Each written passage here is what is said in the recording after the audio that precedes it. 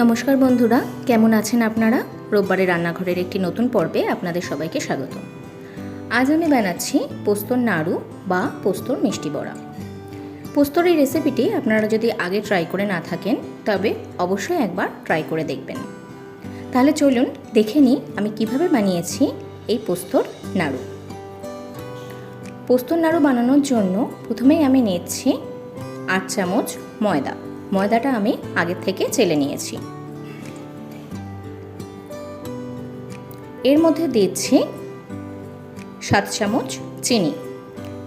মিষ্টিটা আপনারা আপনাদের স্বাদ অনুযায়ী দেবেন, তবে মিষ্টিটা কম হলে এই নাড়ু খেতে ভালো লাগবে না, আর যদি বেশি হয় তাহলে কিন্তু নাড়ুটা বানানোর সময় কড়াইতে লেগে যাবে। এবার দিচ্ছি 5 চামচ চালের গুঁড়ো। এই 3টি উপাদানকে ভালো করে এবার মিশিয়ে নিচ্ছি।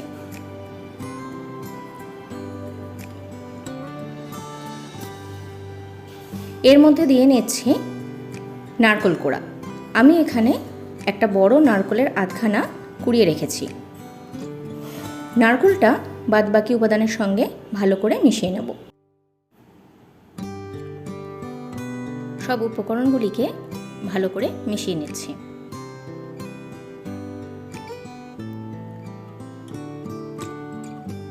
মেশানো হয়ে গেলে এবার এর মধ্যে দিয়ে নিচ্ছি বেশ খানিকটা পরিমাণে পোস্ত।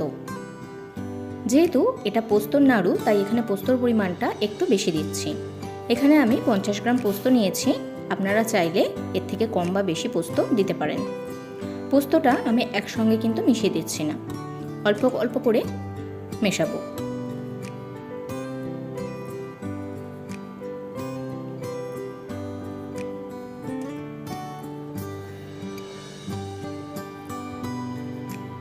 বাকি পোস্তটুকুও দিয়ে দিচ্ছি। এবার সব কিছু ভালো করে মিশিয়ে নিয়ে অল্প অল্প জল দিয়ে আস্তে আস্তে এই মিশ্রণটা মেখে নেব।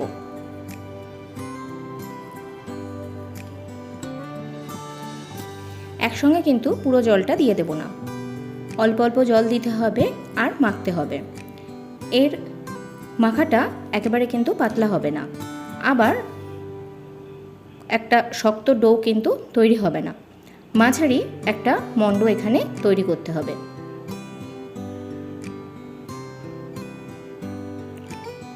ভালো করে জল দিয়ে মেখে নিচ্ছি।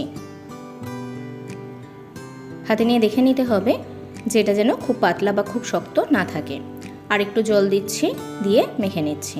দেখুন মিশ্রণটা ঠিক এই রকম হবে, হাতের থেকে পড়ে যাবে না, আবার দলাও পাকিয়ে যাবে না। এবার কড়াইতে দিয়ে নিচ্ছি বেশ অনেকটা পরিমাণে সাদা তেল। তেলটা গরম হলে যে মিশ্রণটা করে রেখেছিলাম তার থেকে যতটা সম্ভব হাতের সাহায্যে গোল গোল করে এর মধ্যে ছেড়ে দিচ্ছি। একসঙ্গে খুব বেশি নাড়ু কিন্তু এর মধ্যে দেব না, তাহলে একটার গায়ে আরেকটা লেগে যেতে পারে।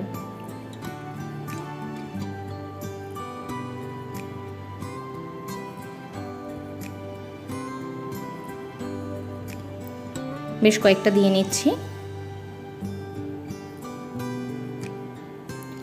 এবার একদিক ভাজা হওয়া পর্যন্ত অপেক্ষা করব। একদিক ভাজা হয়ে গেছে, এবার একটা একটা করে সবগুলোকে উল্টে দেব।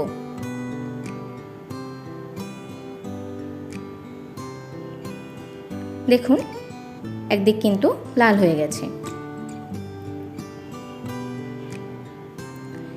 এই নাড়ুগুলো কিন্তু খুব বেশি লাল করে ভাজার দরকার নেই, আবার সাদা সাদা রাখলেও হবে না, মোটামুটি লালভাবে এরকমই ভেজে নিতে হবে। এগুলো আমি তুলে নিচ্ছি।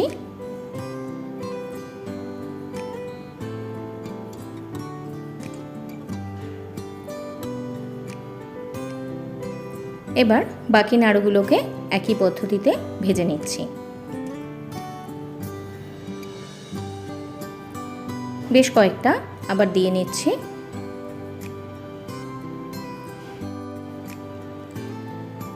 একদিক লাল হয়ে গেলে একইভাবে উল্টে দেব এবং আরেক পিঠ হয়ে গেলে এগুলোকে তুলে নেব। আজকের এই রেসিপিটা আপনাদের যদি ভালো লাগে তাহলে অবশ্যই লাইক করবেন আপনার ফ্রেন্ডস এবং ফ্যামিলির সাথে রেসিপিটি শেয়ার করবেন। আপনার মূল্যবান মতামত এবং সাজেশন থাকলে আমাকে জানাবেন। আপনার যদি কোনো কোশ্চেন থাকে তাহলে সেটাও আপনি কমেন্ট বক্সে লিখে জানাতে পারেন। এছাড়া আরও বিভিন্ন ধরনের রেসিপির জন্য আমার চ্যানেলটিকে সাবস্ক্রাইব করার অনুরোধ রইল। পাশে থাকা বেল আইকনটি প্রেস করতে ভুলবেন না, যাতে নতুন ভিডিওর নোটিফিকেশান সহজেই আপনাদের কাছে পৌঁছে যায়। এবার আমি লাস্ট ব্যাচের পোস্তর নাড়ু বা পোস্তর মিষ্টি বড়াগুলোকে ভেজে নিচ্ছি।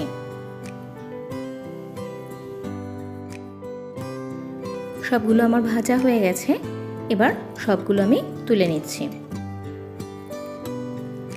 তৈরি হয়ে গেল পোস্তর স্পেশাল রেসিপি পোস্তর নাড়ু বা পোস্তর মিষ্টি বড়া।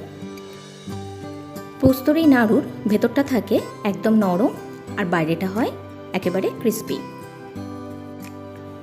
এভাবে যদি আগে কখনো খেয়ে না থাকেন তাহলে অবশ্যই বাড়িতে বানিয়ে দেখবেন। ভিডিওটা শেষ পর্যন্ত দেখার জন্য আপনাদের অসংখ্য ধন্যবাদ। আজকের রেসিপিটা যদি ভালো লাগে তাহলে অবশ্যই একটা লাইক করে দেবেন আর প্লিজ চ্যানেলটা সাবস্ক্রাইব করে দেবেন। আজ এই পর্যন্তই। আপনাদের সঙ্গে দেখা হবে রোববারের রান্নাঘরের পরবর্তী আরেকটি পর্বে। ভালো থাকবেন, সুস্থ থাকবেন আর সঙ্গে থাকবেন। নমস্কার বন্ধুরা।